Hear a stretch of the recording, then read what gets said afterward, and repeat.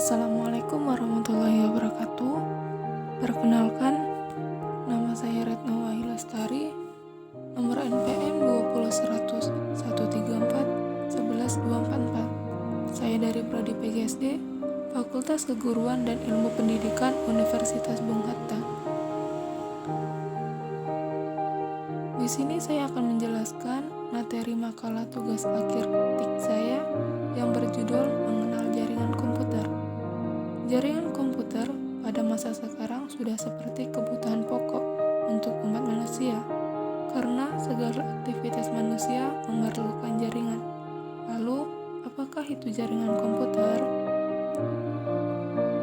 Definisi jaringan komputer secara umum.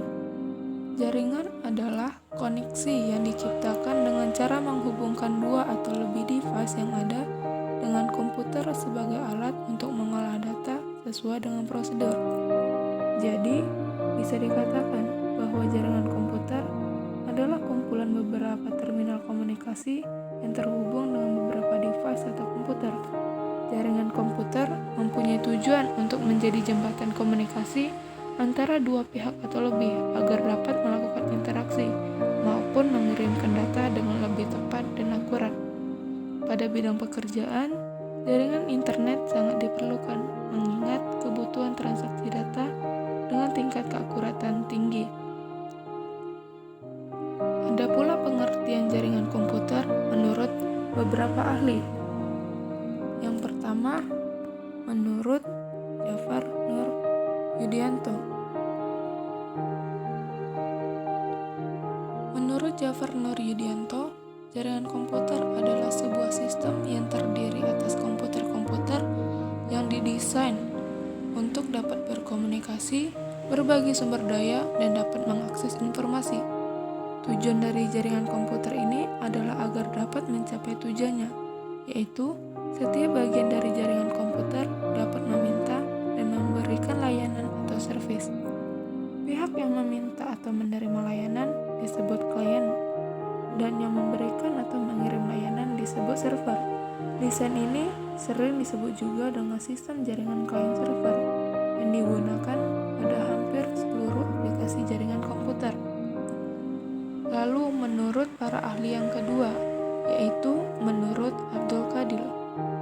Menurut Abdul Qadil, jaringan komputer adalah suatu hubungan dua buah simpul yang umumnya berupa komputer yang bertujuan untuk melakukan pertukaran data. Kemudian yang ketiga, menurut Budi Irawa, jaringan komputer merupakan suatu sistem yang terdiri atas komputer dan perangkat jaringan yang bekerja sama untuk mencapai suatu tujuan yang sama. Lalu jaringan komputer dibagi menjadi 4 macam, yaitu berdasarkan jangkauan geografis, berdasarkan media transmisi data, berdasarkan distribusi sumber data atau informasi, dan berdasarkan peranan dan hubungan tiap komputer dalam memproses data. Yang pertama, berdasarkan jangkauan geografis, yaitu adalah LAN, MAN, WAN, PAN, HAN, WLAN, dan CAN. Jaringan LAN merupakan jaringan komputer yang hanya mencakup area atau wilayah yang kecil saja, digunakan pada jaringan di warnet, kantor, atau sekolah. Luas area jaringan LAN tidak lebih dari 1 km persegi, dengan kecepatan transfer data mulai dari 10, 100, sampai 1000 MB per detik. Jaringan LAN mempunyai beberapa karakteristik diantaranya. 1. Tidak menggunakan jaringan telekomunikasi dari operator tambahan. 2. Jaringan LAN biasanya digunakan untuk kepentingan pribadi. 3. Administrasi pada jaringan LAN dilakukan melalui administrasi lokal. 4. Di dalam jaringan LAN biasanya terdapat satu komputer yang berfungsi sebagai server yang bertugas untuk mengatur sistem agar berjalan normal. Kemudian, jaringan MAN, Metropolitan Area Network, adalah jaringan komputer dalam satu kota atau antar kota tertentu dengan kecepatan transfer data yang tinggi. Jaringan komputer ini umumnya digunakan pada perkantoran, kampus, pemerintahan, dan lainnya. Jaringan MAN merupakan kombinasi dari beberapa jaringan LAN. Jangkauan dari jaringan MAN berkisar antara 10 sampai 50 km. Karakteristiknya adalah 1. Meliputi area yang lebih luas. 2. Jaringan MAN umumnya tidak dimiliki oleh satu organisasi, melainkan dimiliki oleh salah satu konsorsium pengguna atau oleh penyedia layanan. 3. Jaringan MAN bertindak sebagai jaringan berkecepatan tinggi. 4. Sekalipun MAN lebih besar dari LAN, teknologi yang dipakai biasanya sama dengan LAN.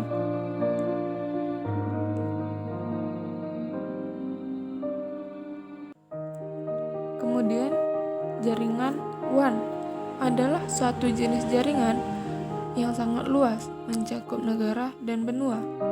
Media transmisi yang biasa digunakan adalah kabel bawah laut dan satelit.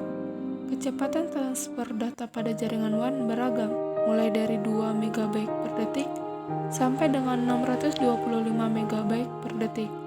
Jaringan WAN mempunyai karakteristik tersendiri, yaitu 1. Umumnya digunakan untuk menghubungkan perangkat-perangkat yang tidak dapat dihubungkan melalui jaringan LAN maupun MAN. Area jangkauan WAN sangat luas. Jaringan WAN dapat melakukan pertukaran paket data.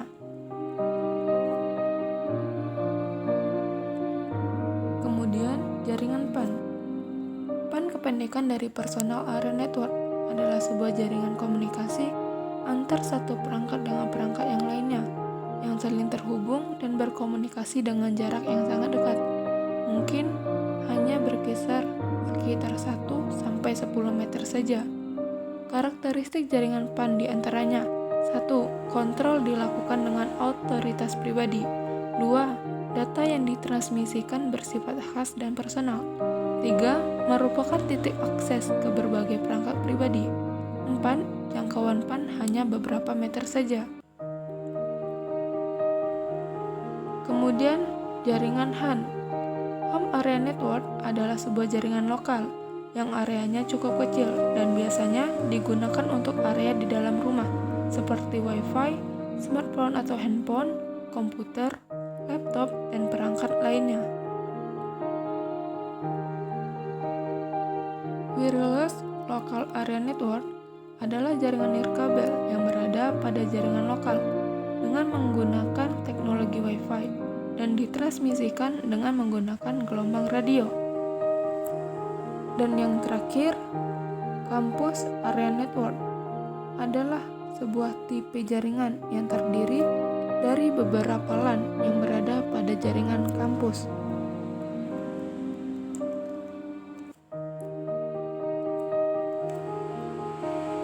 Bagian yang kedua berdasarkan media transmisi data, terbagi menjadi dua, yaitu jaringan komputer berkabel dan jaringan komputer nirkabel. Jaringan komputer berkabel adalah jenis jaringan komputer yang menggunakan kabel sebagai media transmisi datanya. Kabel tersebut digunakan untuk menghubungkan komputer dengan komputer lainnya agar komputer-komputer tersebut dapat saling bertukar data maupun terhubung dengan internet. Jaringan komputer nirkabel berbeda dengan jaringan berkabel. Wireless network tidak menggunakan kabel sebagai media transmisinya. Pertukaran informasi dan data antar komputer menggunakan elektromagnetik. Kemudian yang ketiga berdasarkan distribusi sumber data atau informasi. Terbagi menjadi dua, jaringan pusat dan jaringan terdistribusi. Jaringan terpusat adalah jenis jaringan komputer yang terdiri dari satu komputer induk dan satu atau lebih komputer terminal. Komputer induk berfungsi sebagai sumber data yang dibutuhkan oleh komputer terminal. Sedangkan jaringan komputer terdistribusi merupakan jenis jaringan komputer yang terdiri dari beberapa komputer induk. Berbeda dengan jaringan terpusat, pada jaringan terdistribusi Semua host yang terhubung pada jaringan ini bisa berperan sebagai komputer induk, sebagaimana peran komputer induk dalam jaringan terpusat. Artinya, distribusi data yang terjadi pada jaringan komputer jenis ini tidak hanya dari satu komputer induk atau tidak hanya dari satu server saja.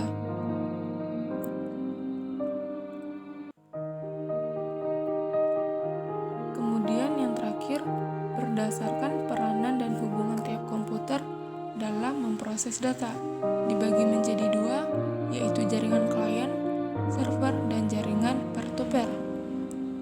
Jaringan klien server adalah jaringan yang terdiri dari satu atau lebih komputer yang bertindak sebagai server dan beberapa komputer yang berperan sebagai klien. Umumnya yang bertindak sebagai server hanya satu, dan komputer yang lainnya berperan sebagai klien. Sedangkan jaringan peer-to-peer merupakan jenis jaringan yang masing-masing komputer, baik komputer klien maupun komputer server, mempunyai peran dan kedudukan yang sama. Dengan kata lain, komputer server dapat menjadi komputer klien, dan sebaliknya komputer klien pun dapat menjadi komputer server. Kemudian ada fungsi dari jaringan komputer. Yang pertama adalah fungsi jaringan komputer LAN, yaitu menghubungkan dua komputer atau lebih, baik secara langsung ataupun melalui media perantara. Kedua, memindahkan file dari satu komputer ke komputer lainnya. Dengan cara itu, kita tidak perlu bolak-balik memasukkan flash disk dari komputer satu ke komputer lainnya. Yang ketiga, sharing printer. Selain berbagi data, jaringan LAN juga memungkinkan penggunanya untuk berbagi printer.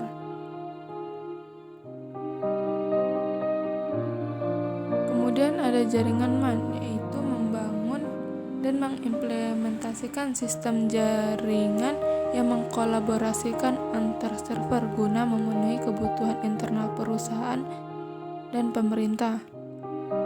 Lalu, jaringan komputer MAN ini biasa digunakan untuk menghubungkan jaringan komputer dari satu kota ke kota lainnya.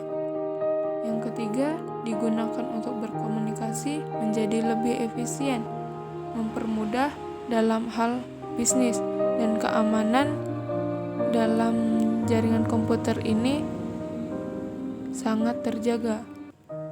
Keempat, mampu menunjang data teks dan suara, bahkan dapat berhubung dengan jaringan televisi kabel atau gelombang radio. Yang ketiga, jaringan WAN membuat arus komunikasi menjadi lebih mudah dan cepat. Jaringan WAN merupakan jaringan yang mencakup area yang sangat luas dan mempunyai kecepatan yang mumpuni sekalipun digunakan pada wilayah yang berbeda. Mengintegrasikan jaringan LAN dan MAN. WAN menggabungkan dan mengintegrasikan jaringan yang lebih kecil seperti MAN dan LAN. Ini digunakan agar mempermudah perusahaan untuk memperoleh informasi dan perkembangan terkini. Yang ketiga, terhindar dari miskomunikasi. Jaringan WAN akan mencegah terjadinya miskomunikasi, sebab komunikasi itu sendiri dapat dilakukan secara real time pada jaringan WAN.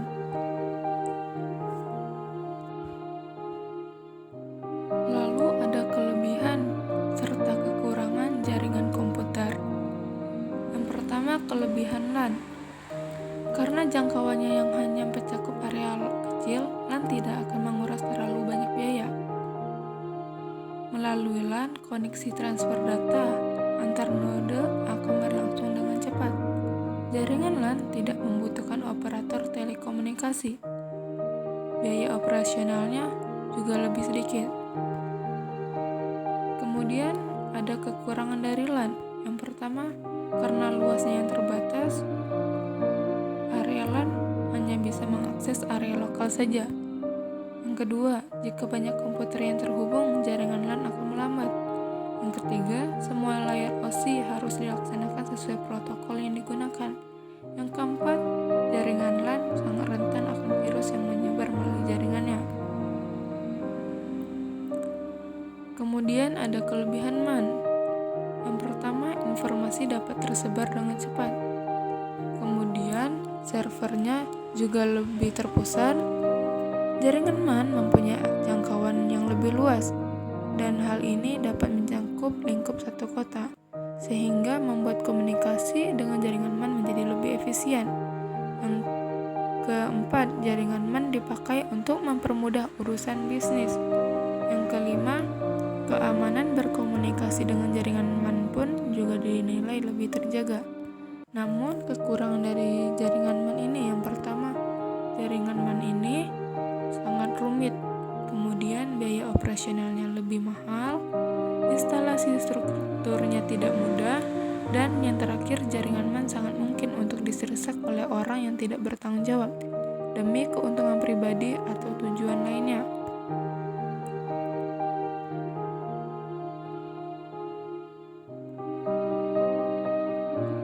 Kemudian ada kelebihan WAN.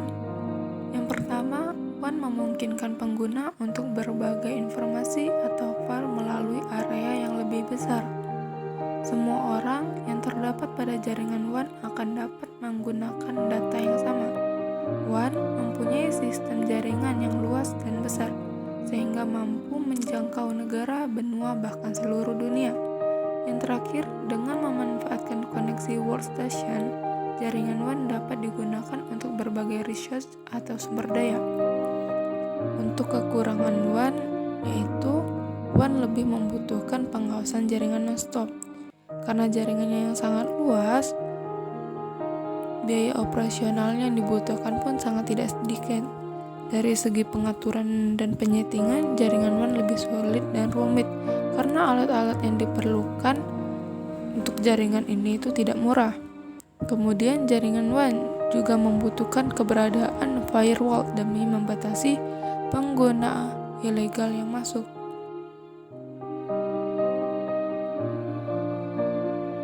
Kemudian materi yang terakhir yaitu cara membuat jaringan komputer LAN sendiri. Alat yang dibutuhkan pertama kabel LAN. Kabel ini ciri khasnya berwarna biru dengan konektor RJ45, berfungsi sebagai media utama untuk menyambungkan komputer ke jaringan. Yang kedua, switch. Kalau kamu ingin membangun jaringan LAN dengan jumlah komputer yang terkoneksi lebih dari satu, maka diwajibkan menggunakan switch, karena switch dapat membuka porto untuk jaringan LAN. Yang ketiga, internet card opsional. Untuk pengguna komputer yang tidak memiliki porto LAN atau mungkin rusak, bisa mencoba untuk memakai internet card. Yang keempat, USB LAN opsional. Jika slot PCI komputer kamu sudah penuh, solusinya bisa memakai USB LAN. Fungsinya sama saja dengan internet card. Kemudian yang kelima, modem opsional. Karena jaringan ini membutuhkan suatu jaringan yang besar, namun tidak memungkinkan untuk memakai jaringan lokal karena tidak tersedia akses internet, maka direkomendasikan untuk menggunakan modem yang berbentuk router. Kemudian langkah-langkah dalam cara membuat jaringan LAN di komputer atau laptop. Yang pertama, hubungkan terlebih dahulu komputer melalui porto menggunakan kabel LAN. Caranya, kamu bisa sambung dua komputer secara langsung dengan kabel LAN. Kemudian, kamu bisa sambung dua atau lebih komputer langsung ke switch atau router. Kamu juga bisa menggunakan topologi jaringan. Ciri LAN yang sudah aktif biasanya akan terdapat lampu indikator menyala berwarna kuning ataupun merah. Yang kedua, nonaktifkan pengaturan jaringan firewall. Firewall adalah sebuah fitur pada Windows yang berfungsi sebagai keamanan saat user sedang browsing di internet dan bisa mempercepat internet.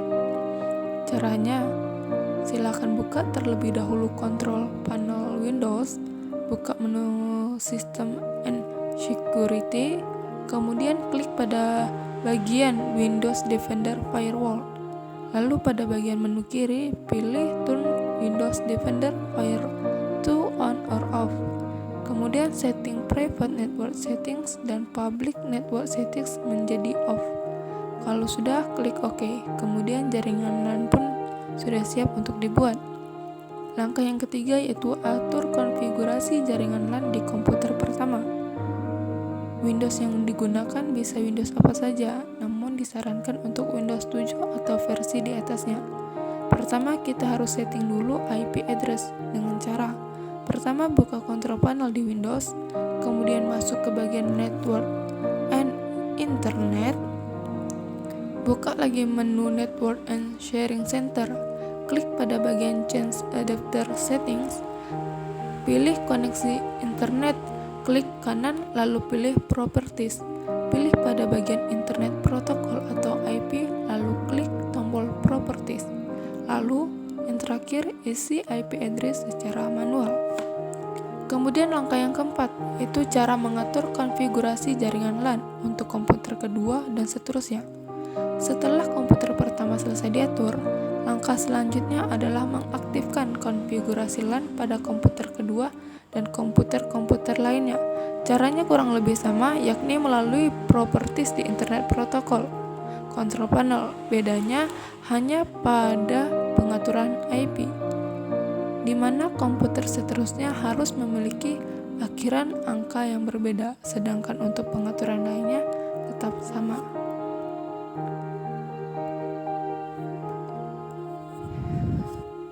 Itu adalah penjelasan saya tentang materi makalah yang sedang saya buat. Semoga bermanfaat, dan untuk kesalahan pengucapan atau kesalahan kata mohon dimaafkan, dan saya ucapkan terima kasih. Akhirul kalam. Assalamualaikum warahmatullahi wabarakatuh.